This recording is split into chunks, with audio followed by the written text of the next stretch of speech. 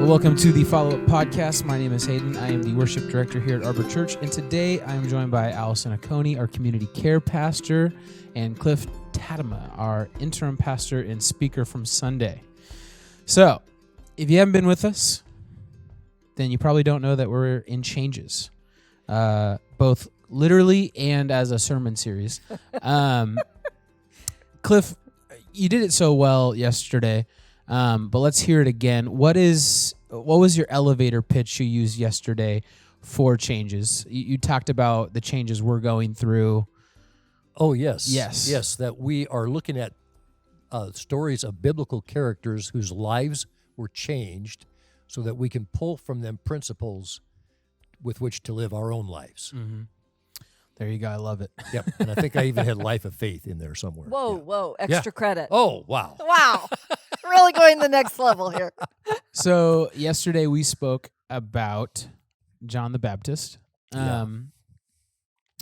Was this someone that you were really looking forward to talk about, or I don't know. I don't think we've asked you yet if there was like the one character that really started getting the ball rolling on this series. Was there one? That's interesting. Oh, yeah. Was there one that was like, this is the one I have to do, and then the rest I can just make it work, you know? Right. You know, I think I'm not sure when we first talked about That's a it. great question. It is a good question. Mm. I think maybe it was Lazarus because I Okay. was thinking of this huge change that he had, which is why we led with that one. But man, the more you think about it, I think the more characters come to your mind that would fit that, you know? Yep. And so it's just taking a little slightly different view to say what principles are we learning from their lives, you know? Yeah. But and then for me, it's fun to look at the ones that are a little bit unique, you know? And to me, John the Baptist was very unique as a character, as a person, but also to focus on that part of him that his doubting when everything else you read about him is so incredibly complimentary, and as though he's a guy that had it dialed in from the time before he was born. Yeah. And then, which to me is a great relief, honestly, to see that a guy like that could have doubts. That is so encouraging to me. Yeah. So anyway, that's why I was excited about this one, because just that thought, that question he asked, are you the coming one, or should we look for another, was just so, it just kept going through my head and going through my head and going through my head. Yeah. What all that said about what was going on inside of him. I know, man. I feel like he was so despondent. Yes. And I mean, it breaks my heart to hear him ask that because, as you said, from before his birth, he recognized Christ. Yep. You know, recognized Jesus as the Messiah. And then to have that moment of doubt where it was like, well, things aren't going the way that I actually thought they would, or this was a curveball, or I just, wouldn't see the Messiah, getting me to this point where I'm in jail. Right. And, I mean, his life was in danger. Yes. And he just lost it in a way. Yeah. Lost his faith. Yes. Or questioned it. Questioned it. Yeah.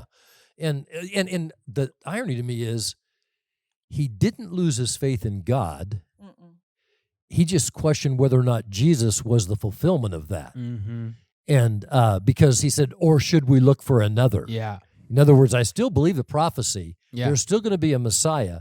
I'm not sure you're the one. I thought you were, but I'm not sure you are anymore. That was heartbreaking. Oh, terribly. But now it also gives us, I believe, more understanding of a lot of the Pharisees and the others who were so convinced that it was going to be a political kingdom that the Messiah would come and fulfill. Yeah. And I think John got stuck in that because he's thinking, come on, you need to take care of these guys, these wicked, and put them in their place. And Jesus is talking about a heavenly kingdom that ultimately will come, and his will be done on earth as it is in heaven. And when that takes place, all of the rest of those things are going to fall in line. But up until then, Jesus kept talking about the heavenly kingdom. And I think John's going, how about a little of it right now, which would get me free? Yeah, let's start here. Let's start here. Yeah, start here with me. Yes, yeah. Which is what we all do, isn't it? Oh, for sure. Yeah. For sure. Yeah. Yeah, I think besides that, right, where he says, should we look for another? I was a little shocked to see John the Baptist on the list, because when I think about John the Baptist, I think of someone who could have changed but chose not to, right?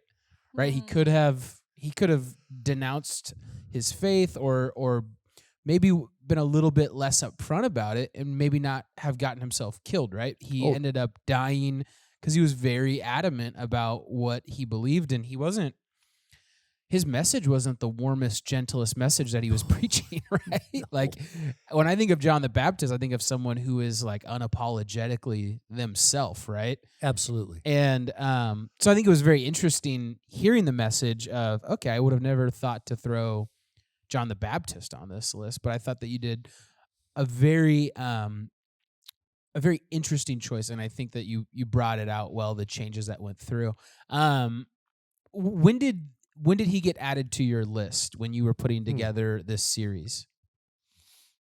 I actually don't know. Oh, you don't know? Okay. No, I don't. I think it was like a second batch, though, right? Yes. Because you did them in batches, and there were some easy first A-listers. Yeah. Right. I think he was kind of a B-lister, maybe. Yeah. I'm not actually sure. Yeah. Because but I've taught on him before, right? Or at least on the baptism of Jesus and all of that. So, I'm not sure, but I think a lot of them, maybe it was because I'm thinking of the changes they went through, and how they apply to us. So different people popped up for different reasons, and which is why. Yeah. Well, you were quite the hog of characters, because my job this last week, I'm speaking in a couple weeks. And so Cliff had already punched out all of his list of who he was going to talk about. So then it was my job over the last week or so to come up with someone else. So scoured scripture, went every page through every character and kept hitting on nope. Cliff's got that one. Nope. Cliff's got that one. Nope. So anyhow. Yeah. So remind me, what was the core takeaway from John's story?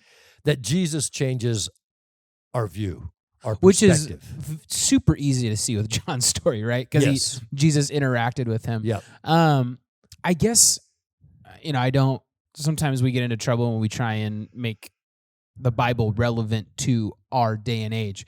But what would be a modern day example of a John the Baptist? Yeah. Wow. I think, let me try to answer that this way, Hayden, because I'm not sure exactly how to align those. But John, who loved God, developed a viewpoint of the Messiah that was not accurate. And so when he asked the question, he went to the right place with the question, right? Yeah. And to me, I think that was one of the things I really wanted to emphasize through it is when we have questions, go to Jesus for the answers. But then the way Jesus answered him changed his perspective completely. Yeah. So the way I would apply that is I have developed opinions at times about people. And I can remember having a person in my life that was very easy for me to have developed opinions about this person. Yeah. And everything they did seemed to buttress my opinion about them, right? Yeah. And then I started going to Jesus with that and saying, and how do you see this person? And oh my goodness, he completely changed my view of that person. And I think that's what he wants to do with us when we go to him, is to say, hey, do you have my view of that? Yeah. And so really the underlying story of this, to me, that storyline is we all need our view changed on different things. And the place to go to have that done, even when even when we don't necessarily want it. In this particular case, I'll refrain from any names or anything. Yeah. I didn't necessarily It was me. It was me, right? It was me. Yeah. And I said, Jesus, I don't know what to do about Allison. And She is trouble. She's just trouble. Let me show you how I see her. And but it changes everything. Mm-hmm. And I could no longer look at that person that way, even though the evidence of their behavior seemed to align. And that was John's case. He's looking at what's going on. He's going, it's not lining up with how I see it taking place. Are you sure you're the one? And Jesus comes back and says, now let me show you why I am. So you can see it from my perspective. Yeah. If we could see things from his perspective, wow, how it changes who we are and how we live. So that's my big thing there. Yeah. Do you think there was any sort of caution with John for the fact that the Messiah was his cousin? You know, I've wondered about that. Yeah. I've wondered if that gave him a sense of having no problem sending his disciples to ask the question. Yeah. Or how that played into it. Yeah. I don't know. My guess is if it played into it in any way, it might have increased his potential irritation about him not solving things the way he thought it should, just because my guess is there was a little more familiarity there. Yeah. You know? Yeah. But I don't, it's one thing that, you know, there's certain things in the Bible you would love to have more information on. Yeah. And I mean, I've wondered, they're in all likelihood, ostensibly, they're cousins. Yeah. So when Mary's pregnant, and she finds out that Elizabeth's pregnant, she goes to visit Elizabeth and spends some time with her. Yeah. So wouldn't it be natural, once they both have their babies, for them to find ways and times to spend time together? Yeah. It seems to me that would be natural, that they may have grown up playing together. Yeah. To some extent. At the very least, right? Yeah, right. But we don't know about that. And we Yeah. don't know how much of that or how long that might have gone on. Or I was thinking about Jesus showing up in the temple at 12 and wondering, what if old John the Bee was around there at that time? Well, and I asked the same question because I think there's a side of Jesus that we don't get to learn about, right? And that's we really don't know a lot about growing up Jesus, or even like Jesus at family outings or reunions. Obviously, we get to hear somewhat from James, the brother of Jesus, right? But I'm curious because Jesus is obviously a lot different than the humans that he is surrounded by, and I'm curious, you know, for James or cousin John in this situation, if there is a little bit of resentment of like the perfect child Jesus, like always doing the right thing, always being the one that the parents talk about. He even still, I'm sure he was sinless as a kid, you know, because he was sinless, period. Exactly. But it also said he grew in stature and in favor with men. Yeah. So that meant when he was small, and he had growing to do stature-wise, there must have been a starting place also for the favor. Yeah. So, you know, and then to grow from there. Yeah. So, well, it's just so funny that we have this famous biblical character in John the Baptist, but like at the family outings, he's always going to be second fiddle, you know, because he's not Jesus. Well, and he's like that wild cousin too, that everybody's got one of those in their family too. Well, he's the desert sage, right? Like this wise dude that was eating bugs and didn't get haircuts, dirty all the time, and eating wild honey or whatever I'm picturing. I don't know. Dipping his hand into the honey. Yeah, exactly. Anyhow. Yeah. True. Yep. I don't know what that would have been like. I don't either. But he definitely did have that access. You know, when he sent the question ahead, like, hey, are you the one? Definitely, I think Jesus would have prioritized a message coming in from John the Bee. Right. You know, so. Yeah. It you know, just as you're picturing these things in your mind and trying to kind of see them. I've thought of that because Jesus is in the process of healing people, and his ministry is really going big time. Yeah. And when they come up, for him to say, go back and tell John what you hear and what you see. Now I'm going to tell you what you hear, You know, the blind walk and the blind walk.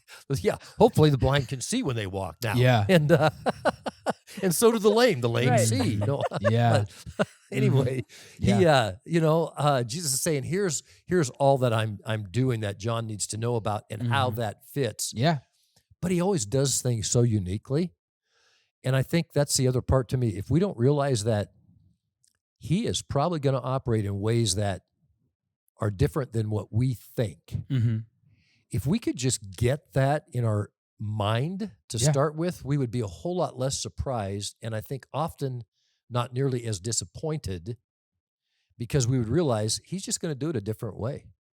It's his modus operandi, right? He just does things, and I think in part it's because of who he is and the view with which he sees us and life and eternity and time. But I know that if I could just relax in his getting it done his way, it would save me a lot of pain sometimes. And mostly the kind of pain that John had. Are you in this? How come this is going on? Are you involved in this, you know? And where are you at here? Yeah. Yeah, it's very interesting. So sorry, I want you to remind me one more time of that main takeaway that you had said. That Jesus is going to change our view, or our perspective is the word I used. And, yes. And when he changes our perspective, he also changes our expectations. So obviously with, really, I think this is, correct me if I'm wrong, this is the only character that we really get to see the ending and the full arc of what happens after their change from Jesus, correct? Yeah, I think so. Yeah. Yeah. So, and I mean, one of the things that, at least for me with John the Baptist, is sometimes it can be a little bit not as satisfying as you would like to hear, right? You'd like to see Jesus comes into someone's life, and then it's just a list of accolades and accomplishments, and like they went out and did all of this. But I think tragedy of John the Baptist is he served his purpose, right? And I don't think that he probably had too many qualms about the job that his life was going to accomplish, right? But it is kind of sad to I mean, I think especially for Jesus, right, to know where his cousin's life was leading. And I think that I think this can be one of the more challenging characters to look at, right? Because in the vagueness of Lazarus, we don't know what he does afterwards, right? Like we can imagine the green grass on the other side of his resurrection, but I think it's a little bittersweet with John the Baptist, don't you think? He didn't go off and do all these amazing things. He didn't write us letters that we get to read about in the future. We really get to see his life was kind of marked with tragedy after that change, which is, I think, realistic to an extent, right? Yeah. Well, and it's one of those deaths that is complicated because it ends with like a horror. Yeah.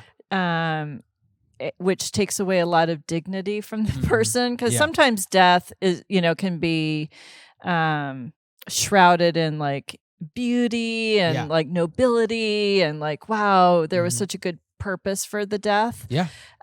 For him to be paraded around on a platter, his head was on a platter, and it was at the whim of a selfish, or what we imagine to be a selfish, ruler. Immature demand for that to happen. It just seems so undignified and horrific. So it's a problematic ending, but it still even is part of the story of that time.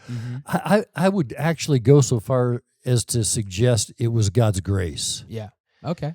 And the reason I would say that is, here he is in prison, and he's beginning to have these doubts. Yeah. And so he sends his disciples. Jesus sends an answer back that absolutely resolves that in John's mind. There'd be no question that when he got that answer back, that John would go, okay, I may not be able to figure it out, but thank you. I now know you are that one. Yeah. And I now know that because of the way your ministry is going, I did my job. So when they came in to say, guess what, buddy? your day is done, which happened not that long afterwards. No. He was able to go, yep, it is. Yeah. And he didn't know that his head was on a platter, so he didn't know that part of it. We do. Yeah. Right. Right. So, yeah, he probably closed out with satisfaction and peace. Yeah.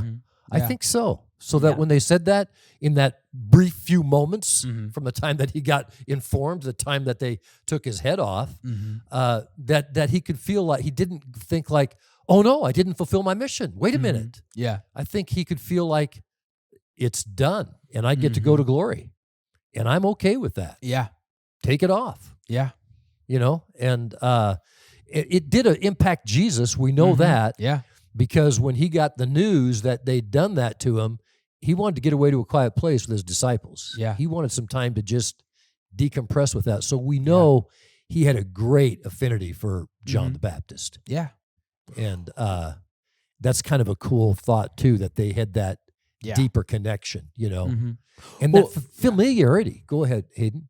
Oh, I was just going to say, I mean, we saw with Jesus, like he wept and felt those emotions for Lazarus, right? Yes. Even though he knew what was going to happen with that story. And that, I think, obviously there's a lot of the Bible that we wish was included, right? Like I would have loved to see the humanity of Jesus after hearing about that news, right?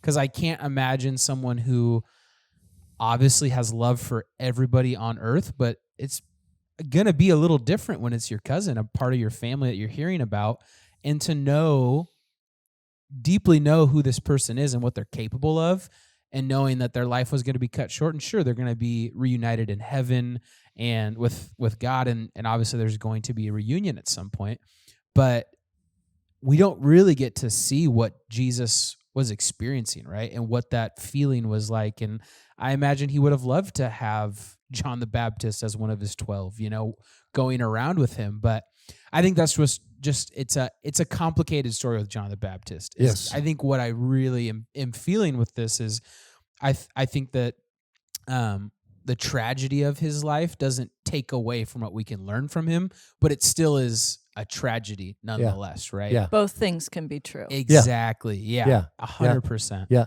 And I don't know of a believer, if they're really being honest with themselves, that haven't experienced some of that doubt. Yeah.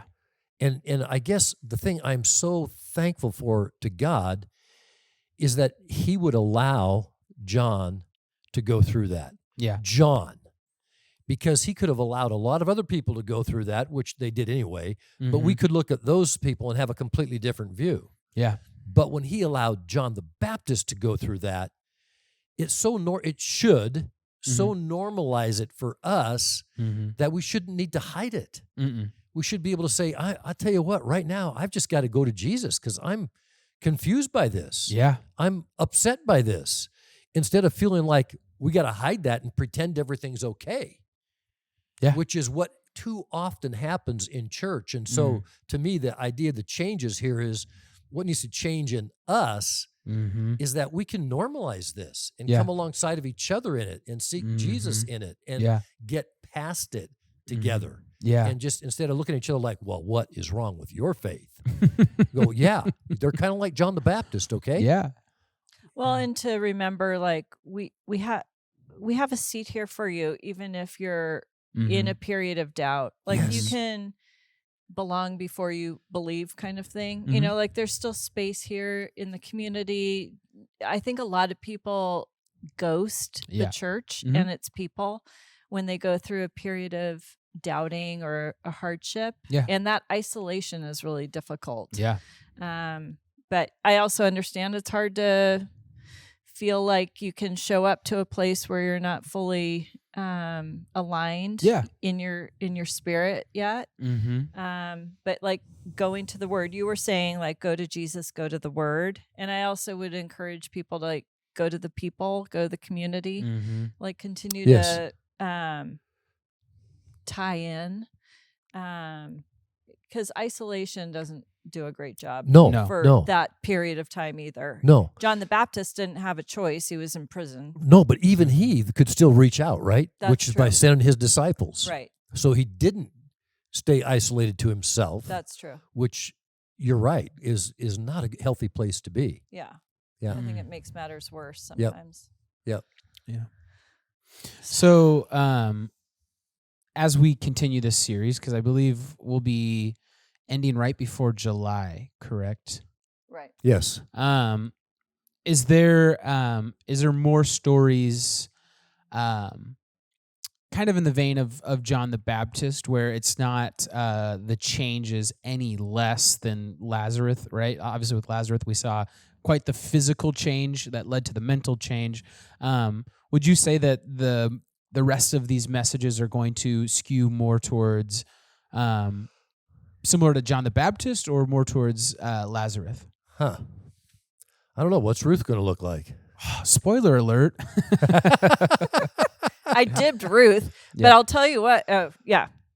Side angle here, or sidebar. Yeah. I almost went with Jesus commissioning the disciples in Matthew 10. He called them all. I pictured them all like gathering around, and he was like, "Hey, you guys, I'm going to send you all out 2 by 2, and you're going to like heal the sick and raise the dead and do all the things. Now go." And I was thinking about what a change that was for all of them to have this new job assignment and this new job description handed to them. But I went with Ruth instead. So it's not so much about her personality changes or her faith changes as much as it is all the things that happened in her life, which I feel is very relatable to the people since 2020. We've all had tremendous change foisted on us. And it, maybe doesn't impact our personality or our faith as much, but boy, we've had to learn how to pivot. Yeah. So we'll be looking at people like that. Yeah. And like we'll be looking at demon possession. Yeah. And then we'll be looking at the water getting mighty high. And next Sunday we're going to be looking at a couple of different people that were kind of thrown into one piece, but we're going to be looking at the 2 words that may be 2 of the most important words in the Bible. Yeah. I had to a couple. Let's play a game. Yeah, what do you I was think like, that is? Yeah. No, I'm not giving it I up. was trying to figure out. I'm like, follow me comes up. Also, I am. You're forgiven. You're forgiven. You're forgiven. You're loved. All of those sound good, and that's not any of them. All right. Well, I'll let people just ruminate on those 2 words as we close up the podcast. Is there anything else we forgot to mention or touch on before I close this out? I'll take that sigh as a no. All right. Well, thank you guys for sitting down and talking about the message. And thank you to anyone who watched or listened. And we will see you guys next week.